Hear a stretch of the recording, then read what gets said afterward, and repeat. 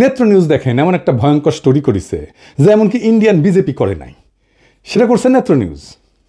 লিখছে অগণতান্ত্রিক, অহংকারী, মানবাধিকার বিরোধী, ক্ষমতায় 1 বছর কাটতে না কাটতেই মোহাম্মদ ইউনূসের যত্নে গড়া ভাবমূর্তি ভেঙে দিয়ে আসল চেহারা প্রকাশ পেয়ে গেছে।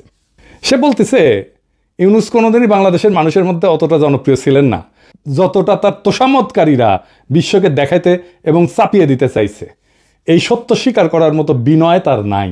চিন্তা করেন কি ভাষা ব্যবহার করছে। উপরন্ত আছে এক পর্বত সম অহংকার।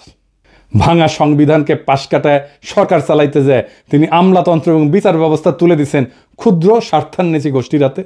আইন শৃঙ্খলা বাহিনীকে দিচ্ছেন সেনাবাহিনীর নিয়ন্ত্রণে, আর রাজনৈতিক আদর্শ তুলে দিচ্ছেন ধর্মীয় কট্টর ডানপন্থীদের হাতে। এইবার বুঝে দেখেন নেত্র নিউজ কোনটি থেকে টাকা পায়, বুঝছেন? এটাও খুঁজে বের করবো। হুই এখন ইন্ডিয়া থেকে টাকা পাচ্ছে।